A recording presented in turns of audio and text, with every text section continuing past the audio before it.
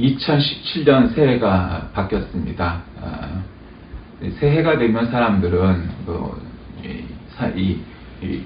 무슨 년 이러면서 이제 동양에서 말하는 뭐 정육년 뭐 이렇게 얘기를 합니다. 이런 12간지에서부터 출발을 하는 거니까 사실은 성경적인 의미와 기독교적인 정신하고는 이제 별 관계가 없고, 무슨 띠니 이런 것도 사실은 새해하고는 큰 문제가 되는 것은 아닙니다. 물론 전통적인 가치이긴 하지만 그것이 좋고 유익하고 필수적으로 필요한 것이냐 하는 건 이제 또 다른 차원의 문제이죠. 새해가 밝으면 사람들은 이제 여러 가지 생각이 있습니다. 많은 결심들을 합니다. 다이어트를 하기도 하고, 뭘 하기도 하고, 또 공부를 열심히 하기를 하고, 그런 생각을 갖죠. 그런데 저는 작년 한 해를 보내면서 올 한 해 우리는 복 있는 사람이 되자, 이런 제목을 가지고 복 있는 사람, 교회표를 정했습니다. 대체로 이제 이러한게 정하지는 않는 편인데, 유독 이 말씀이 와 닿았습니다. 성경에는 복에 대해서 참 많이 말을 하죠. 여러 가지 복에 대해서 얘기를 합니다. 그런데 우리가 생각하는 복과 성경이 말하는 복은 사실은 이제 조금 다른 측면이 있어요. 성경에서는 이제 아슈레라고 말을 하기도 하고 마카리오스 이렇게 얘기도 하는데, 이런 복들이라는 것이 우리가 생각하고 있는 그 인위적인 아니면 인간적인 차원의 복과는 사실 좀 다릅니다. 그래서 어쨌거나 올 한 해 우리가 복 있는 사람이 되어야 되겠다, 이런 말씀을 가지고 중점을 가지고 말씀을 나누고자 합니다. 먼저 이렇게 복 있는 사람이라고 하는, 오늘 우리가 산상수훈 혹은 산상설교라고 부르는 대목에 있는 내용들이어서 우리가 너무도 잘 알죠. 그러니까 이름이 그렇게 산상설교 혹은 산상수훈이라고 불리우는 까닭은 예수님이 산에서 이렇게 설교를 하셨기 때문이죠. 그러니까 우리가 생각하는 산은 대체로 이렇게 그닥 높지는 않지만 그래도 나름 그 높이가 있는데 나무가 우거진 것을 우리는 산이라고 생각하니까, 우리나라식의 산을 생각하면 안 되고 이스라엘식의 산이라는 것은 그렇게 나무가 많지 않죠. 물론 나무도 어느 정도 있고 숲들도 있지만 우리처럼 이렇게 우거진, 우리 지금 현재의 그런 산이 아니라 이렇게 거의 민둥산 같은 그런 겁니다. 그러니까 예수님이 이게 높은 쪽에 이렇게 서시면 사람들은 이렇게 낮은 쪽에서 보게 될 것이고, 서럽도 예수님이 밑에서 계시면 위에서 사람들이 이렇게 하니까 계단식 이런 그 강의실처럼 바라다 볼 수 있지 않습니까? 그러니까 산에서 설교하는 것은 그런 점이 좋고, 또 때에 따라서는 이렇게 계곡이나 골짜기를 잘 찾아서 하면은 울림소리가 있으니까 특별한 마이크 시설이 없었던 그때에도 더 멀리서 소리를 들을 수 있었기 때문에 이 산에서 설교를 하시는 일이 많았었습니다. 그런데 사실 산상수훈의 내용은 상당히 파격적입니다. 그래서 옛날부터 이 산상수훈에 대해서 성사적인 차원에서 연구하는 학자들이나 이런 사람들이 굉장히 이것을 여러 가지로 분류하는데, 크게 이 산상수훈을 바라다보는 4가지의 관점이 있습니다. 첫째는 산상수훈을 이제 완전주의자적 개념으로 보는 해석인데, 이것은 예수님께서 제자들에게 이렇게 사는 것이 하나님의 뜻이다, 이렇게 선포했다라는 것이죠. 왜냐하면 구약 성경을 이 이스라엘 사람들은 대부분 잘 압니다. 아무리 무식해도 구약 성경에서 이렇게 얘기했다. 그래서 일장 무식인 사람도 이 구두로 사람들이 이렇게 가르치고 시나고그에서 회당에서 이렇게 얘기했던 내용들을 배웠었기 때문에 어려서부터 율법이 뭔지 압니다. 그렇기 때문에 이제 하나님이 사람들에게 구약시대의 율법이 아닌, 그래서 무슨 어떤 탈무드적인 토라적인 율법적인 이제 그러한 것에서 연유한 그런 것을 벗어나 이제 새로운 차원의 이런 그 복음의 내용이 있는 그런 하나님의 말씀으로서의 그런 개념이 이 산상수훈에 녹아져 있다, 이렇게 보는 것이고요. 둘째로는 산상수훈을 불가능한 이상론으로 보는 해석인데, 이게 정통 루터교회에서 이런 주장을 합니다. 사람들은 말합니다. 성경에 있는 내용을 우리가 사람들이 100% 지킬 수 있고 그렇게 될 수 있느냐? 그렇게 얘기하면 없죠. 예수님 말고 누가 100% 말씀대로 예수님처럼 살 수 있겠습니까? 그러니까 그 이상이죠, 이상. 그리고 표준이죠. 그리고 목표치죠. 그러니까 그런 차원으로 이해하는 거죠. 산상수훈을. 어려운 얘기니까. 셋째로는 이 임시윤리로 보는 견해인데 이 종말론자인 바이스와 슈바이처 같은 사람들이 주장합니다. 이 산상수훈, 산상설교는 보편적인 윤리가 아니고 급박한 종말론적 시점에서 주어져 있는 윤리라는 것이죠. 그러니까 다시 말씀드리면 종말론이라는 건 뭡니까? 세상에 끝이 있다라는 거죠. 이게 복음적인 보수적인 관점에서는 특히 그런 점들이 더 강조가 되죠. 그래서 보수주의가 뭐냐? 물론 정치적인 차원에서 다른 것도 얘기할 수 있지만 특히 신앙적인 차원에서 보수주의라는 거는 이런 겁니다. 이를테면 어떤 사회 구조나 제도를 바꾸기 전에 한 사람이 변화가 돼야 된다는 거죠. 근데 그게 내가 올 한해의 그 표를 복 있는 사람이라고 정한 까닭도 거기에 한 측면이 있습니다. 한 사람이 변화가 되고 한 사람이 개혁되고 한 사람이 복 있는 사람이 되면 그 한 사람 한 사람이 모여서 그 사회 구성원을 만든다는 것이 보수주의적 관점이죠. 그러니까 진보주의적 관점은 한 사람이 아무리 노력을 해도 제도가 바뀌지 않는 한 큰 효력을, 큰 힘을 발휘할 수 없다 이렇게 보는 거죠. 또 하나 보수적인 관점 중에 하나는 세상은 점점 악해져 간다는 거죠. 그러니까 낙관론은 사실 진보주의적 관점이에요. 얼마든지 사람들의 깨달음과 사람들의 선행으로 자유의지로 세상은 더 나아질 것이라고 보는 견해가 강하죠. 뭐 100%는 아니지만. 근데 보수적인, 복음적인 관점은 결국 뭡니까? 사람들이 하나님의 말씀을 듣지만 그러나 결국 종국에는, 종말에는 하나님 말씀대로 살지 않는 사람들이 나오게 돼서 결국 하나님이 개입하시는, 즉 천년왕국이 도래하고 이 땅에 하나님의 나라가 완전히 오시게 되는, 그러니까 그리고 우리가 휴거되고 하는 이 종말의 여러 가지 종말론에서 얘기하는 그런 일들이 벌어지면서 결국 인간은 죄로 인해서 사망할 수밖에 없다 하는 좀 이렇게 모두의 부정은 아니지만 그런 부정적인 관점이 강한 것이죠. 그래서 그런 종말론적인 관점에서 보는 것.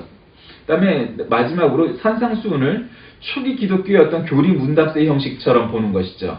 이게 이제 초기 교회 예레미야스의 그 관점인데, 그러니까 이거는 뭐냐면 산상수훈은 캐리그마, 즉 복음 선포를 받아들이고 복음에 압도돼서 회개하고 세례를 받은 자들에게 주어지는 디다케 교육 훈련이다라는 거죠.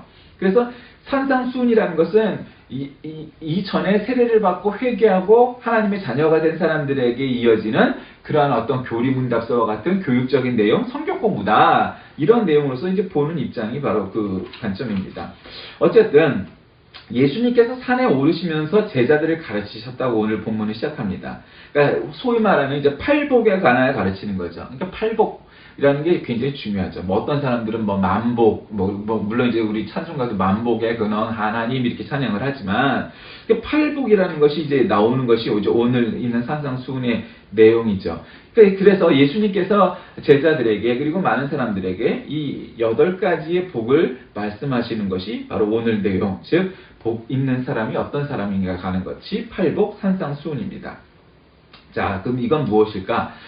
오늘 이 본문에서는 예수 그리스도가 전해준 천국 백성들이 살아야 할 삶의 규범과 생활 현장이 어떤 모세의 율법을 넘어서는 새롭고 더 본질적인 것이라 할지라도 결국 예수님께서는 그 새 현장이 모세 율법을 폐지하는 차원의 것이 아니라 더 완전하게, 더 온전하게 완성하는 것이라는 거죠. 그러니까 율법과 복음은 보완적인 관계이지 어떤 복음이 율법을 찍어내리고 율법을 폐기해서 율법은 하나도 필요 없다 이렇게 얘기하는 것이 아니라는 거죠. 그러니까 간혹 사람들은 이를테면 율법과 복음 혹은 구약과 신약 뭐 이런 차원에서 마치 구약은 필요가 없고 오직 신약만 있으면 된다. 그런데 성경에 27권 신약 성경만 있는 것이 아니고요. 39권 구약 성경이 있고 복음이 더 중요한 것이지만 율법도 폐기할 필요 없는 하나님의 말씀의 일부로서 우리가 존중하는 까닭이 바로 거기에 있는 것이죠.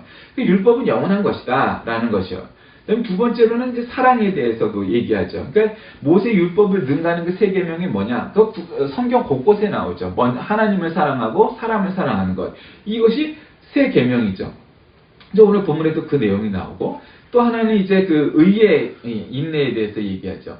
그러니까 사실 인생이라는 것은 인내의 연속이죠. 여러분 군대 생활이 왜 어렵습니까? 물론 춥고 뭐 배고프고 아니면은 사랑은 없고 강압적이고 물론 그렇죠. 근데 사실은 그 매 순간순간이 우리 집에서처럼 내가 먹고 자고 뭐 나를 이렇게 사랑으로 대하고 이런 것이 아니고 그저 군대적인 관점에서 보는 거죠. 계급적인 관점에서. 그래서 뭐 내가 아무리 부잣집 아들에도 군대만 들어가면 물론 요즘 같아 보여서는 그래도 뭐 말 사줘서 군대 보내면은 뭐 특혜를 받겠지만 그러니까 그런 몇몇 사람을 배우고 아주 보편적인 정상적인 사람들은 군대 가면 고생하죠. 왜 고생을 해요?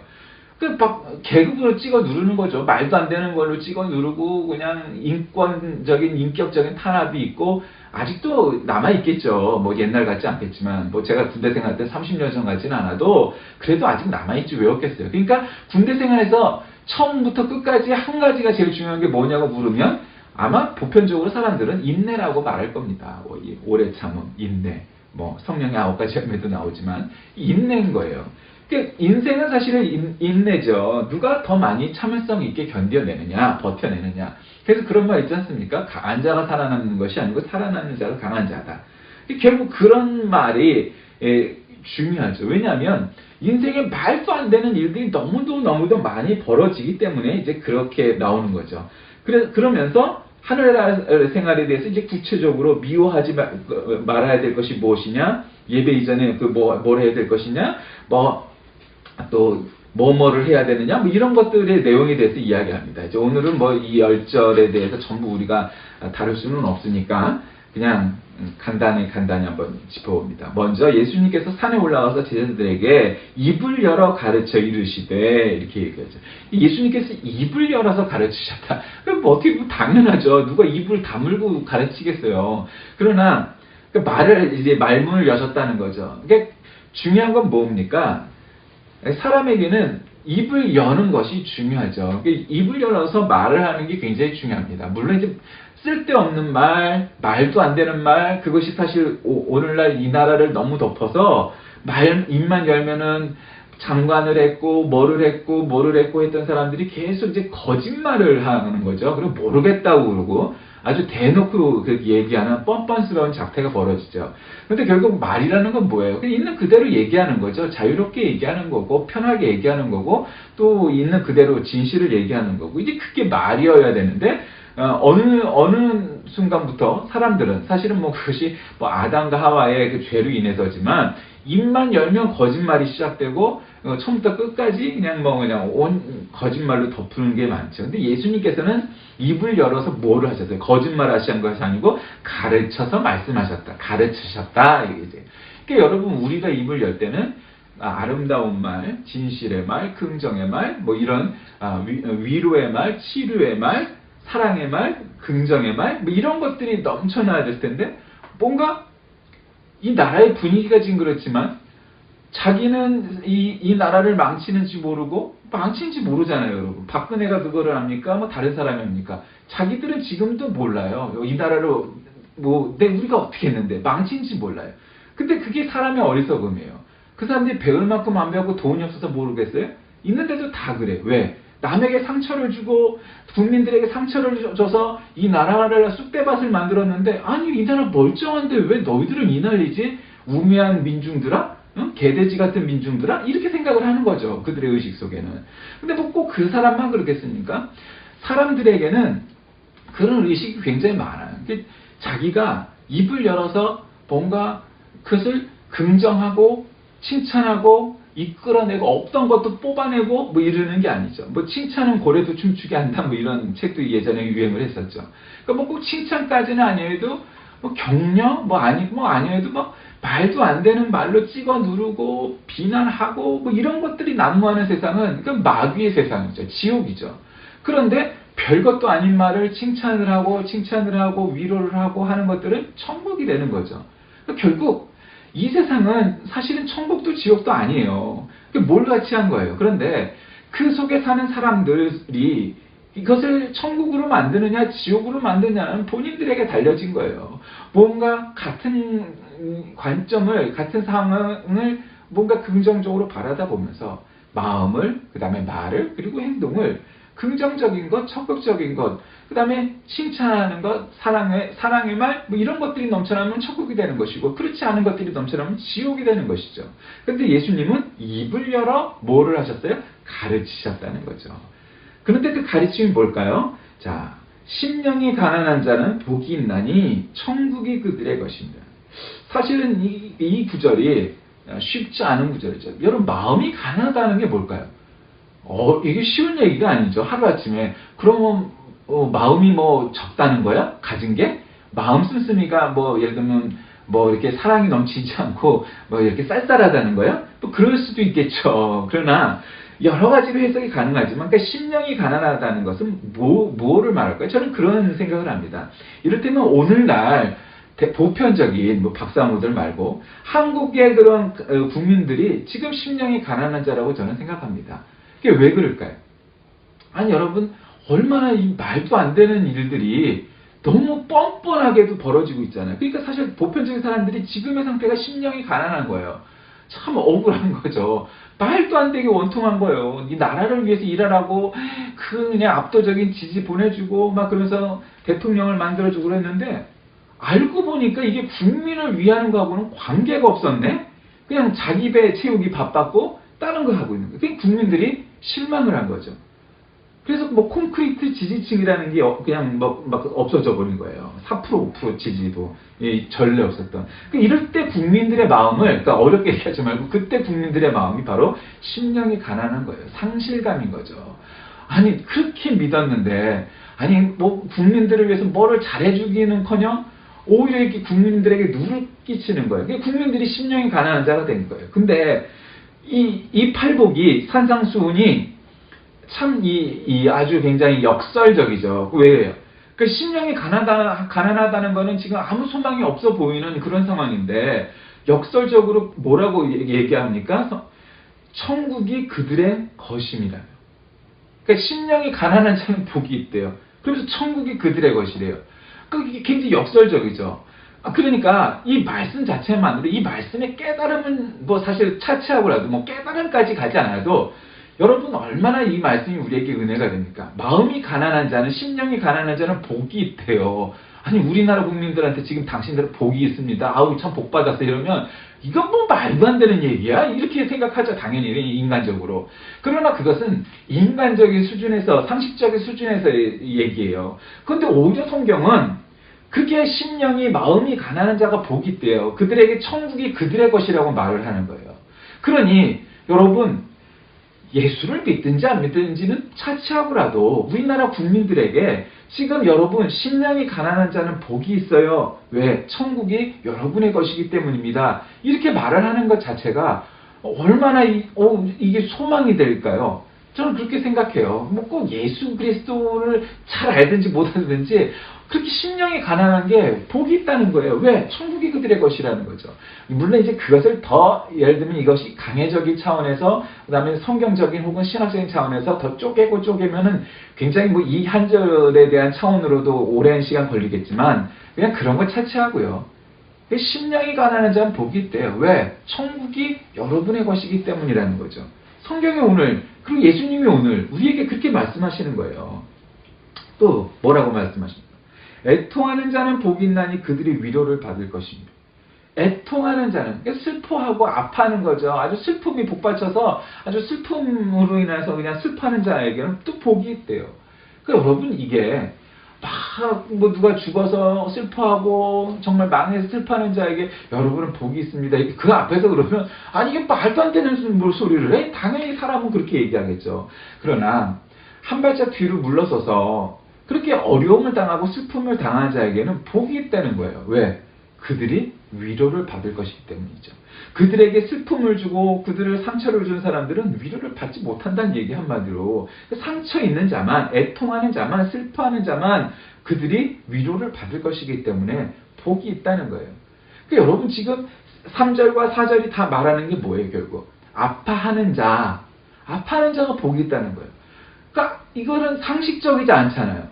그래서 상식적이지 않죠. 오히려 역설적이죠. 아주 정반대예요. 한마디로 동에서 서가 먼 것 같이 아주 정반대 이야기예요. 여러분, 여기에 신앙의 신비가 있고 복음의 핵심이 있는 겁니다. 신앙이라는 건 뭐 대단한 걸 요구하는 게 아니에요. 물론 기본이 있죠. 뭐 주일을 지켜야 된다. 그 어떤 사람들은 그 주일 52주 중에 한 주쯤 안 지키면 어때? 그렇게 안 믿는 사람들, 불신자들 그렇게 생각을 하죠. 그러니까 여러분 그거는 애초에 신앙에서 차원이 다른 거예요. 여러분 생각해 보세요. 밥 한 끼에 안 먹는 거를 얘기하면은 어떤 사람은 아니 그거 영원히 못 먹을 끼인데 그 한 끼를 안 먹으면 어떻게 하면서 밥 한 끼 안 먹는 거 뭐 잠 한 번 안 자는 거는 그렇게 막 저기 하면서 일주일에 단 1시간 1시간 예배를 드리는 거 그거를 그렇게 어렵게 생각을 하고 그렇게 없이 여기는 사람들이 얼마나 많은데 그거 안 드려도 돼. 그까짓 거 뭐 꼭 토요일 날 하면 안 돼? 일요일 날 밤에 하면 안 돼? 여러분 거기에서 허물어지기 시작하면요 결국 박근혜가 되는 거예요. 근데 결국 하나하나가 다 합리화를 시키는 거예요. 그래서 결국 무너지는 거죠. 그러니까 이 심령이 가난한 자, 애통하는 자는 다 뭐예요 결국? 지금 강자가 아니에요. 그러니까 어떤 사람들은 그렇게 생각을 해요. 왜 예수님은 가난한 자, 힘없는 자의 편에 서셨나? 그 이유를 모르세요? 그 상식을? 부자는요, 권력 있는 자는요, 많이 배운 자는요, 예수님이 굳이 힘이 되어주지 않으셔도 본인들의 힘으로 알아서 해요. 그러니까 2000년 전 유대 땅에 지금보다도 더 말도 안 되는 봉건적인 잔재가 많은 시대였는데 더군다나 신분으로나 재산적으로나 여러 면에서 약자인 사람들이 지금만큼 어떤 법의 보호를 받았겠어요? 못 받았지? 그럼 말할 나위가 없죠. 봉건 시대니까. 그러니까 예수님이 가난한 자, 힘 없는 자 편을 들어주신 것이지 그들만의 예수님이나 하나님은 아니에요. 저는 깨끗한 부자 존재한다고 생각합니다. 그런데 여러분 깨끗한 부자 존재하지만 부자가 천국에 들어가기가 어떻다고요? 약대가 바늘길을 통과하는 것만큼 어렵다고 성경은 말씀하세요. 불가능하건 아니지만 쉽지 않다는 거예요. 내가 5,000원짜리 커피를 사 먹는 건 별거 아니고 내가 자식 운동화 20만원짜리 30만원짜리 패딩 100만원짜리 사주는 건 별거 아닌데 오히려 그 운동화 하나 값을 한 달에 다른 아이들에게 기부하고 또 이 돈 공헌하고 하는 것들은 쉬운 일이 아니에요. 왜? 내 아이의 운동화 비싼 운동화 사주고 옷 사주고 뭐 하는 것들은 별게 아니에요. 신발장에 신발이 차고 넘쳐나도 그거는 해도 단돈 10,000원 아니 30,000원 50,000원을 다른 가난한 나라의 아이들에게 보내는 것은 해본 적이 없어요. 왜? 그럴 만한 여유가 없기 때문이죠. 이미 눈이 가려지고 판단력이 없어진 거죠. 그러니까 심령이 가난한 자, 애통하는 자는 복이 있다는 것은 결국 성경에선 예수님은 부자의 편이 아니시라는 게 아니에요. 힘이 있는 바리새인과 사두개의 편이 아니시라는 게 아니에요.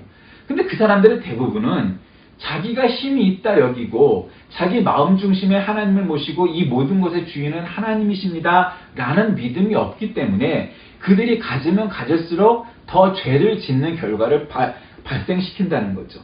부자가 되지 말라거나 힘이 있는 자가 되지 말라는 게 아니에요. 그러나 그렇게 많이 가지면 가질수록 더욱 우리가 믿음 생활에 열심을 해야 되고 더 충실해야 되는 까닭은 더 어렵기 때문이죠.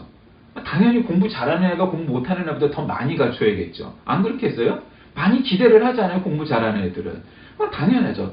그럼 머리 나쁜 애들보다 머리 좋은 애들은 더 많이 기대를 하죠. 운동을 못하는 애들보다 잘하는 애들 더 기대를 해요. 왜 그렇겠어요? 그건 당연한 거죠. 말할 나위도 없이. 그러나 그만한 책임감을 가져야 되는 거죠. 그래서 가끔 연예인들이나 운동선수들이 구선수의 젊은 선수들이 오르는 까닭은 사실 그 자체가 아주 주도주의져서가 아니라 그만한 이제 기대감을 갖고 있기 때문일 거예요. 그렇기 때문에 성경에서 가난해야 예수 잘 믿는다는 얘기가 아니고 가지면 가질수록 우리가 더 주의 깊게 살펴야 된다는 거죠. 여러분 그 책임감은 아주 기하급수적으로 늘어나는 배가 하는 일들입니다. 자, 5절까지 한번 볼까요? 온유한 자는 복이 있나니 그들이 땅을 기업으로 받을 것이며. 자, 온유한 자는 복이 있나니. 여러분 온유하다는 건 뭐예요? 한마디로 우리가 흔히 얘기하는 착해, 순해. 물론 그런 것도 있을 거예요.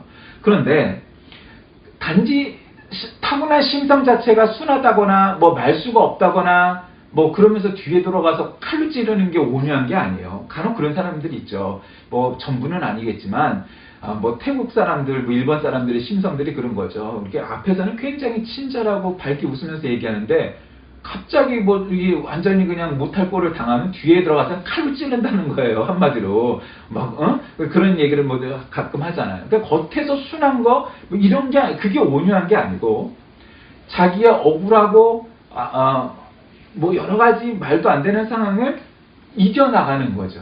그게 온유입니다. 온자가 무슨 온자예요? 따뜻할 온자죠. 그러니까 따뜻함을 유지를 하는 거죠. 그러니까 어려운 순간순간을 잘 이겨나가는 게 복이 있는 거예요. 그럼 그 사람들은 어떻게 돼요? 땅을 기업으로 받는다는 거죠. 그러니까 원래 기업이라는 건 뭐예요? 땅이에요. 땅이 뭐 거의 땅하고 그 땅이 왜 필요하냐면 거기에 유목민들이었으니까 양을 키울 수 있었고 염소를 키울 수 있었으니까죠. 그러니까 온유한 자는 또 복이 있다는 거예요. 그러니까 이전에는 뭐가 없는 자들이죠. 심령이 가난하고. 근데 이건 온유한 자는 긍정이죠. 온유함이 있을 때 복이 있다는 거죠. 그러니까 한마디로 지금 2, 3절과 3, 4절과 5절은 좀 달라요. 그러나 어쨌든 온유한 자는 복이 있다는 거예요. 왜? 땅을 기업으로 받을 것이기 때문이다. 이렇게 얘기하고 있죠. 그러니까 성경은 오늘날 여러 가지 복에 대해서 말씀합니다. 우리가 생각하고 있는 복이라는 게 있죠. 근데 우리는 이를테면 되게 은사들을 복이라고 생각을 하죠. 그런데 성경이 말하는 복은 가장 큰 복이 뭘까요? 여러분, 부자가 되는 거요? 권력을 갖는 거요? 아니에요. 예수님이 우리에게 구주로 오셨고 그분 때문에 천국 갈 수 있다는 것이 가장 큰 복임을 여러분 믿으시길 바랍니다. 우리가 그것이 값없이 그냥 아무런 대가를 치르지 않고 믿음으로 얻었으니까 그것이 별거 아닌 것 같고 뭐 그까짓 거? 이렇게 생각하는 경향이 너무 많아요. 그래서 예수 잘 믿다가도 교회에서 멀어지고 예수님을 떠난 사람들이 그거는 더 쉽게 잊어버려요. 아니 교회 안에서도 그래요. 예수님이 나를 구원해 주셨다는 그 감격, 그 기쁨 별로 온데간데 없어요. 왜? 우리가 값을 치르지 않았기 때문이죠. 그러니까 아주 그것이 무가치한 것처럼 여길 때가 많습니다. 자, 말씀을 정리합니다. 예수님의 제자는 하나님의 자녀요 세상의 빛과 소금이 되어야 합니다. 그런데 복 있는 사람이란 예수님처럼 사는 삶이어야 되겠죠. 예수님처럼 산다는 거 우리가 아주 그냥 찍어낸 듯이 예수님처럼 사는 사람은 아무도 없고 그렇게 살 수도 없어요. 그렇다고 해서 우리는 사람이니까 예수님처럼 살 수 없으니 이렇게 해도 나라를 팔아먹어도 나라를 말아먹어도 말도 안 되는 이렇게 우기도 그것이 모든 게 용납된다고 스스로를 이렇게 하는 것은 말이 안 됩니다. 그럼에도 불구하고 기본적인 건 있죠. 나라를 팔아먹은 거는 한마디로 사기뿐이죠. 나라를 말아먹은 것도 마찬가지고요. 사람과 사람, 인간과 인간, 개인과 개인 간에도 마찬가지입니다. 여러분, 복 있는 사람이란 예수님처럼 예수님이 가르쳐 주신 말씀처럼 살려고 최소한 노력을 하려고 하는 방향성은 있어야지. 뭐 요즘 유행하는 드라마처럼 그 반지를 가지면 그 반지 주인의 뭐가 들어와 뭐 이러면서 마치 말도 안 되는 비과학적인 미신적인 것들을 마치 신앙이라고 여기는 사람들의 그 수준처럼 그렇게 뭐가 거울이 깨졌으니까 오늘은 재수가 없어 이런 차원의 말도 안 되고 비과학적인 미신적인 차원에서 인생을 살다 보면 그것을 뛰어넘는 믿음의 단계를 절대 이해할 수 없어요. 믿음은 미신이 아니에요. 믿음은 미신을 뛰어넘는 그 위차원의 고차원의 얘기죠. 그래서 우리가 예수님처럼 살고 예수님 말씀대로 살길 작정한 한 해가 돼서 이 나라도 더 안정이 되고 가정도 각각 개인도 정말 복 있는 사람들이 넘쳐서 이 나라의 어려움도 해결되고 각 개인들의 기도 제목과 이룰 바도 다 이루게 되는 올 한 해가 다 되시길 주의 이름으로 간절히 기원합니다. 기도하겠습니다. 살아계신 하나님, 우리에게 새해를 허락하심을 감사합니다. 새해에는 우리 한 사람 한 사람이 다 복 있는 사람이 되게 하셔서 우리가 속한 가정과 학교와 직장과 교회와 이 나라와 온 세상이 참으로 복 있는 사람들이 넘쳐나게 하여 주옵소서. 올 한 해 동안 어떻게 우리가 복 있는 사람이 될지 목표를 가지고 신앙생활을 하게 하셔서 그 복을 우리 모두에게 서로 나눌 수 있는 우리 모두가 되도록 인도하여 주옵소서. 감사하고 예수 그리스도의 이름으로 간절히 기도드립니다. 아멘.